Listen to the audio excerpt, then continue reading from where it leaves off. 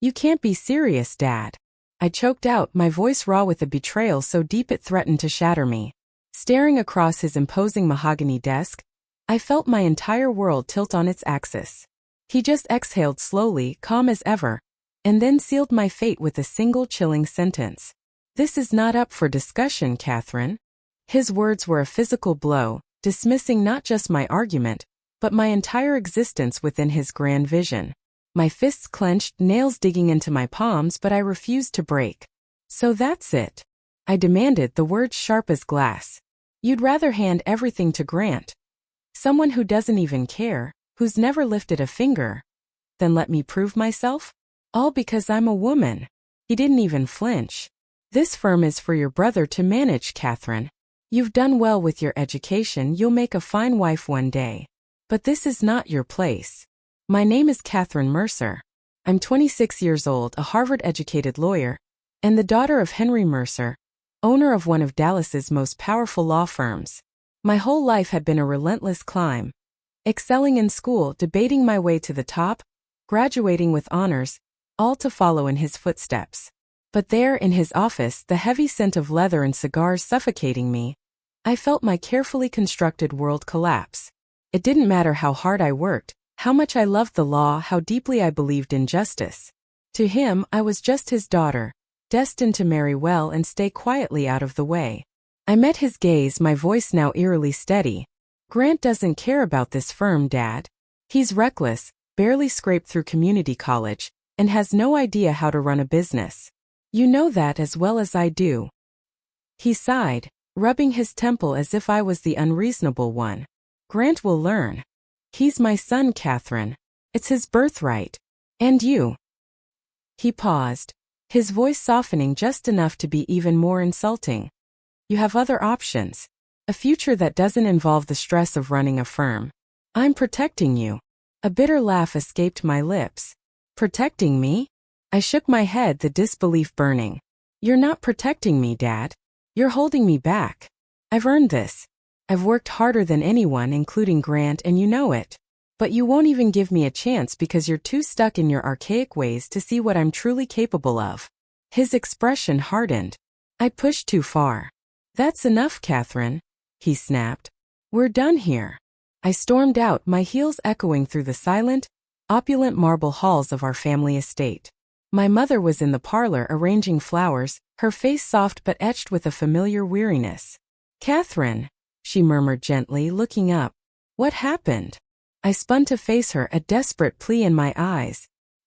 He won't let me work at the firm, my voice cracked. He's handing everything to Grant, and he expects me to smile and accept it. She sighed, her hand stilling over the flowers. Your father, he has his ways, dear, she said, her tone hesitant. But maybe it's best not to push him. He means well. I stared at her, stunned. Means well. I repeated, incredulous. Mom, he's throwing away everything I've worked for because I'm a woman. How can you stand there and defend that? She lowered her gaze, and in that moment, I saw it, the years of quiet submission, the unspoken sacrifices she'd made to keep the peace. I just don't want to see you hurt, Catherine, she whispered. Sometimes it's easier to let things be. Her words hung in the air, a heavy truth. I was utterly alone in this fight. That night, lying in bed, the weight of his words pressed down on me. I replayed every late night, every intense debate at Harvard, every sacrifice made to uphold the Mercer name. And for what? To be told I didn't belong, that my only value was to marry well? The thought made my stomach churn. The next morning I was halfway through packing my suitcase when the door creaked open. My mother stood there, pale and confused. Catherine, what are you doing? She whispered, laced with worry. Before I could answer, my father appeared behind her, his brows furrowed in irritation. What's all this? He demanded. Where do you think you're going? Then Grant slouched in, leaning casually against the door frame, still in his robe. Packing for a vacation, sis? He asked with that infuriating smirk. I snapped the suitcase shut and stood tall, facing them all. I'm leaving, I said simply. Since I'm not welcome at the firm, and apparently don't belong in this family's plans, I'm going to find a place where I do. My father's face darkened, and my mother clutched her pearls, looking utterly distraught. Catherine, she pleaded softly, don't do this. Let's talk about it. But I shook my head, my resolve unshakable. There's nothing to talk about.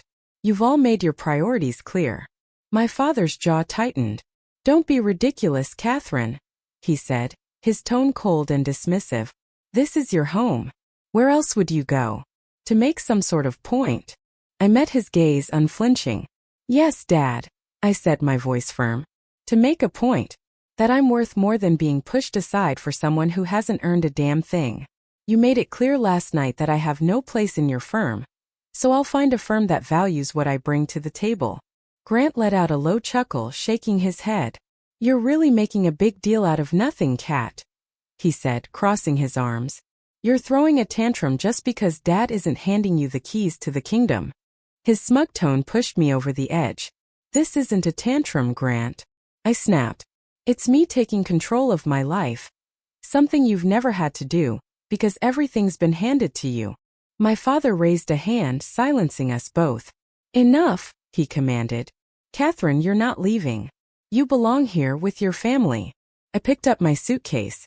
No, Dad, I said, my voice heavy with conviction. I belong somewhere I'm valued. And clearly that's not here. I walked past them, my suitcase rattling behind me, making my way down the grand staircase. My mother followed, her voice trembling. Catherine, please don't go, she whispered. We can figure this out as a family. I stopped at the base of the stairs and turned to look at her, the woman who had spent her life swallowing her own voice to keep the peace. Mom, I said gently, I love you, but I can't keep pretending things will change if I stay. They won't. My father stood at the top of the stairs, watching silently, his face unreadable. Grant leaned against the banister, clearly unfazed, as if my departure meant absolutely nothing. I opened the front door and turned back one last time. When you're ready to treat me like more than just a daughter who needs to marry well, you know where to find me, I said, my voice calm but firm. Then I walked out. The crisp morning air hit my face, and as the door clicked shut behind me, for the first time in my life, I felt truly, undeniably free. I never looked back.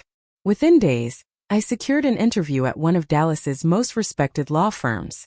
They didn't care that I was a Mercer. All they cared about were my credentials and my relentless drive.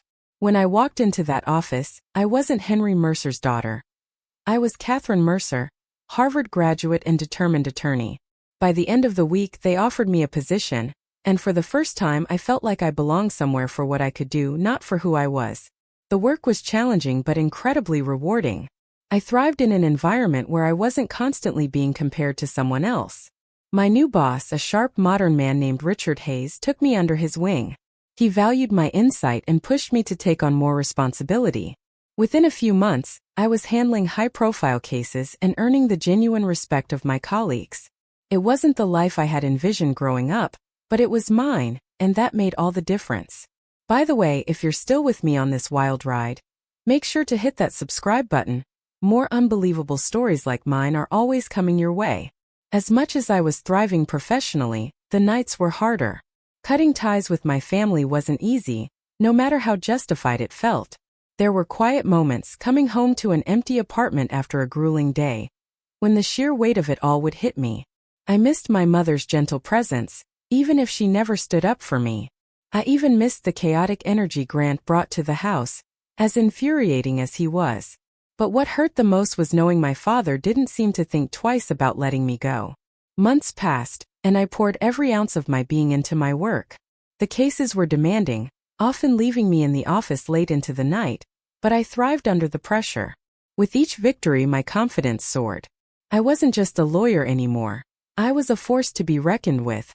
Richard Hayes, my boss, started assigning me to more high-stakes cases, and soon, I was gaining a reputation as one of the firm's rising stars. The growth wasn't just professional. It was deeply personal too. I learned to stand on my own, to make decisions without worrying about pleasing my father, or fitting into the mold my family had crafted for me. Every step forward felt like undeniable proof that I was more than they had ever given me credit for. I wasn't just Henry Mercer's daughter. I was Catherine Mercer, and I was making a name for myself on my own terms. One afternoon, Richard called me into his office. It was spacious but unpretentious. a perfect reflection of the man himself. He gestured for me to take a seat and leaned back, his piercing blue eyes studying me intently. "Catherine," he began, his tone measured, "I have a case I think you're ready for. It's high stakes, complicated, and it's going to put you squarely in the spotlight." I nodded, intrigued. "What case?" I asked, leaning forward slightly. He hesitated for a moment, then continued. "We're representing a client in a major litigation against Mercer and Associates. They're suing your father's firm for negligence in a contract dispute. The stakes are enormous, and the case is already gaining significant attention." He paused, watching my reaction closely. The words hit me like a physical blow. My stomach twisted, and for a moment I couldn't speak. "You want me to represent someone suing my father's firm?" I finally managed, my voice steadier than I felt. Richard nodded. "I know it's personal, Catherine, but that's exactly why I want you on this. You know how Mercer and Associates operates, and you're one of the sharpest lawyers we have. If anyone can win this case, it's you." I took a deep breath, trying to process the enormity of what he was asking. "Richard," I said slowly, "you realize what this could mean for me, personally and professionally? This isn't just another case. It's my family." He leaned forward, resting his elbows on the desk.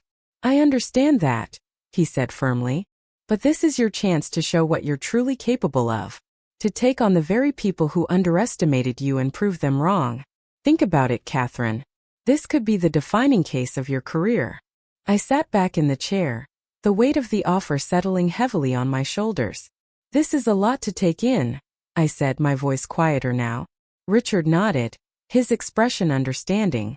"I don't expect you to decide right here and now. It's a big ask, Catherine, and I know how personal this is for you." I met his gaze, grateful for his patience. "Would it be all right if I sleep on it?" I asked, my tone more measured. "I need to think about how this could affect everything. Not just my career, but—" I trailed off, unsure how to finish the sentence. "Take all the time you need," Richard said, his voice steady. "But don't take too long.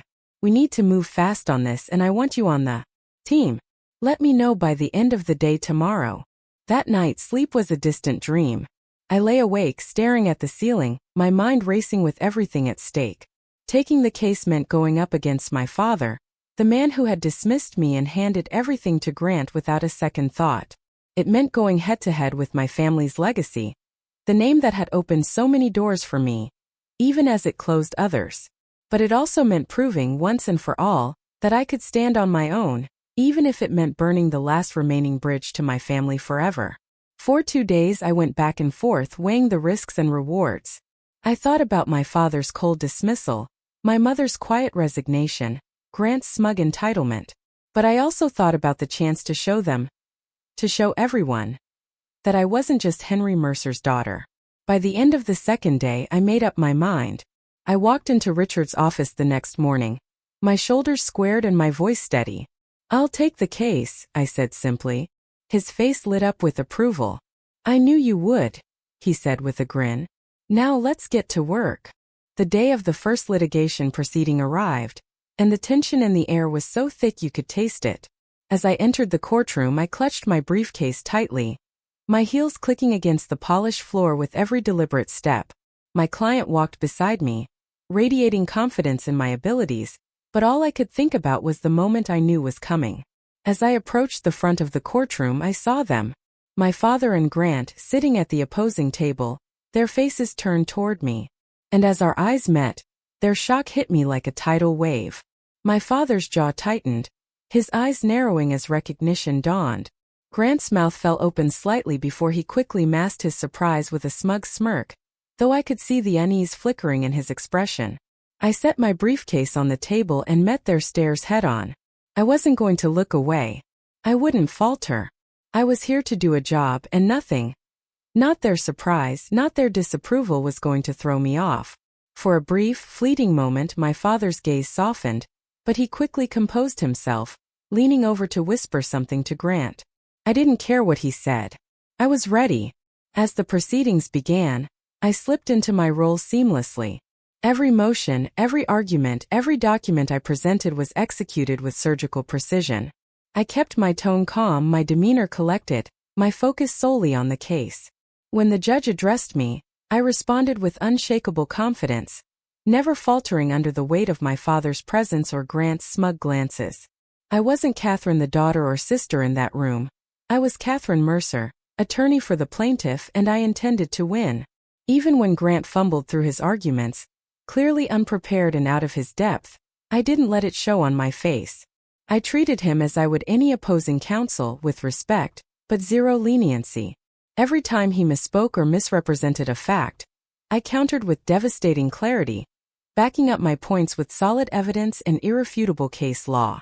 My father sat quietly for most of it, his expression unreadable, but I could feel his eyes on me. It didn't matter. I wasn't there to earn his approval anymore. I was there to do my job, and I was doing it exceptionally well. After a few sessions, it became painfully obvious, at least for my father and Grant, that I was dominating the case. Every argument Grant brought to the table crumbled under the weight of my counterpoints. His inexperience was glaring, and my preparation left him scrambling for answers he didn't have. My father tried to step in once or twice, but even he couldn't salvage the damage Grant had done. The tide was turning fast, and everyone in the room knew it. By the fourth session, their side proposed a settlement. I could see the frustration etched into my father's face as their counsel approached mine with the terms. After a few back-and-forth adjustments, we agreed to a resolution that heavily favored my client. As the paperwork was signed, I caught my father glancing at me from across the room. He looked defeated, maybe even regretful. Grant, on the other hand, avoided my gaze entirely, staring at the table like a chastised schoolboy. I didn't say a word to either of them. My work here was done, and I had proven exactly what I'd set out to. Usually, when a session ended, I would stay behind to wrap up with my client and exchange pleasantries with the other lawyers. It was a small gesture of professionalism and respect, regardless of how contentious the case might have been. But this time there was no opportunity. My father and Grant had already gathered their things and left the room without so much as a glance in my direction. No handshake. No word of acknowledgement. Not even a curt "well done." It stung more than I wanted to admit. Even after everything, a tiny part of me had hoped for some kind of recognition, some small sign that they'd seen what I was capable of and respected it. Instead, they walked away, silent and defeated, leaving me standing there with the heavy weight of unfinished business pressing on my chest. I took a deep breath, brushed it off, and refocused on my client. I had won the case. That was what mattered. That evening, back at the firm, my colleagues greeted me with spontaneous applause as I walked through the doors. Richard was the first to approach, clapping me on the shoulder with a proud grin. "Well done, Catherine," he said, raising a glass of champagne. "You were flawless in there. That settlement is a big win for us, and your client couldn't have asked for a better advocate." The team had set up a small celebration in the break room, complete with drinks and hors d'oeuvres. My client even stopped by to express their heartfelt gratitude, shaking my hand firmly. "You were incredible, Catherine," they said. "We couldn't have done this without you." For the first time that day, I let myself truly smile. Surrounded by people who valued me for my skills and hard work, I felt a sense of accomplishment that no words from my father or Grant could have ever given me. This was my victory, and I owned it. Later that night, alone in my apartment, the glow of the city lights filtered through the blinds as I sat by the window with a glass of wine. The adrenaline from the day had finally worn off, and in the quiet, my thoughts drifted back to my family. I replayed the courtroom moments in my head. The way my father's face tightened with every argument I made. The way Grant couldn't even look me in the eye when it was over.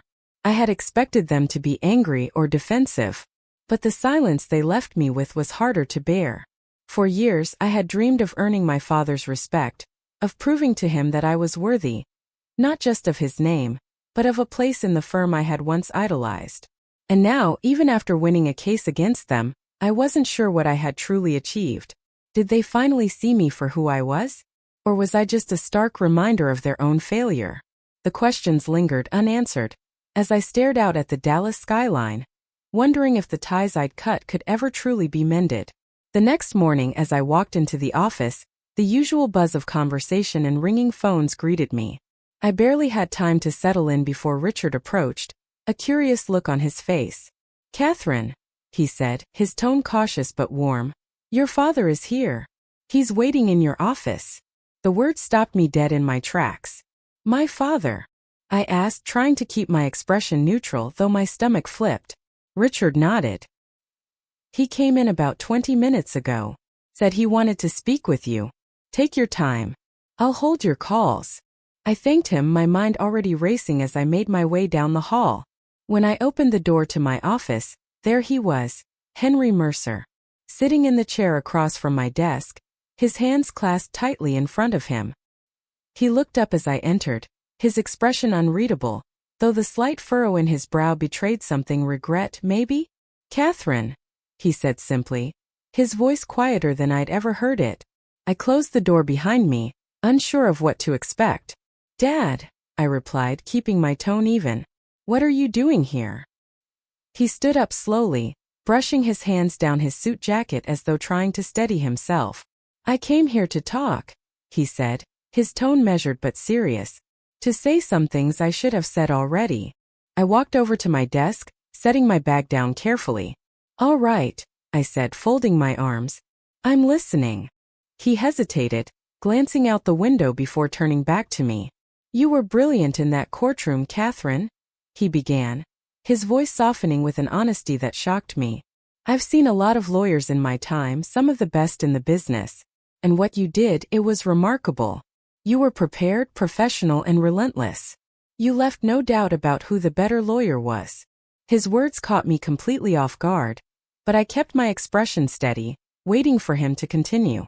I've spent so much of my life believing that legacy meant keeping things the way they used to be, he said, his voice tinged with deep regret. That son should take over what the father built. I thought I was doing the right thing, pushing Grant to step up, even when I knew deep down he wasn't ready or willing. He ran a hand through his silver hair, sighing deeply. But I see now that I've been wrong. You've worked harder than anyone, Catherine. You've earned everything you have. And I failed to recognize that. I failed you. I blinked, unsure how to respond. This was the man who had spent years dismissing my ambition, telling me to settle for a life that didn't match my dreams. And now he was standing here admitting he was wrong? Why now? I finally asked, my voice steady but cautious. Why are you telling me this now, after everything that's happened? He met my gaze, his blue eyes filled with an honesty I hadn't seen before. Because I saw what you're capable of, he said simply. And I realized I've been a fool. Grant isn't ready, and he may never be. But you've proven you have what it takes. Not just to succeed, but to lead. He stepped closer, his tone almost pleading. Catherine, I'm asking you to come back. To take your rightful place at Mercer and Associates. The firm needs you. I need you. The words hung in the air. A lifetime of longing and rejection culminating in this impossible moment. For a moment, I didn't know what to say. I had spent so long fighting for this, dreaming of hearing those words from him. But now that they were here, I wasn't sure if I wanted them. What about Grant? I asked finally, the question cutting through the haze of emotion. What happens to him? My father's face tightened, and he nodded slowly. Grant will stay, but he'll take on a role more suited to his skills. This is about you, Catherine. It's about giving you what you've always deserved. I took a deep breath, letting his words settle for a moment. I need time to think about this, I said finally, my voice calm but firm. It's not something I can decide right away. A lot has happened, and I need a few days to figure out what's best for me. My father nodded, his expression serious but understanding. Of course, he said. Take all the time you need. I'm not asking for an answer today. I just needed to say my piece. He moved toward the door, but before he left, he turned back to face me. Catherine, he said, his tone softer now, laden with emotion. I know I haven't said this enough, or maybe ever, but I am proud of you. Watching you in that courtroom, you were better than I ever was. Better than I could have imagined. His words hit me harder than I expected, a raw, aching truth, and for a moment I just stared at him, unsure of how to respond. He gave me a small, almost hesitant smile before turning and walking out of the office, leaving me alone with my thoughts.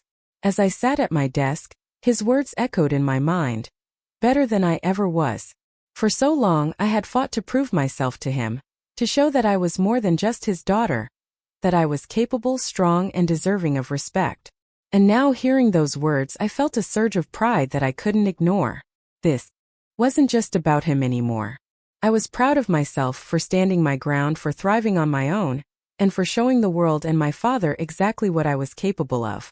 Now it's late at night and I'm lying in bed staring at the ceiling, consumed by what to do. My father's offer is everything I've worked for, everything I thought I wanted. But going back would mean stepping into a world where I was once dismissed, where I'd have to navigate the shadows of old wounds and fractured trust. It would mean working alongside Grant, knowing how little he valued what we both stand to represent. And yet, staying where I am has its own challenges. This firm has been good to me, and I've grown here in ways I never imagined. But it's not my legacy. It's not Mercer and Associates, the place I dreamed of running since I was a little girl. If I go back, I'd have a chance to shape that legacy on my terms, to prove that the name belongs to me just as much as anyone else. I haven't made up my mind yet. The choice feels impossible, and the weight of it keeps me awake. But maybe you can help. What would you do in my situation? Please share your thoughts in the comments. I'd love to hear your perspective.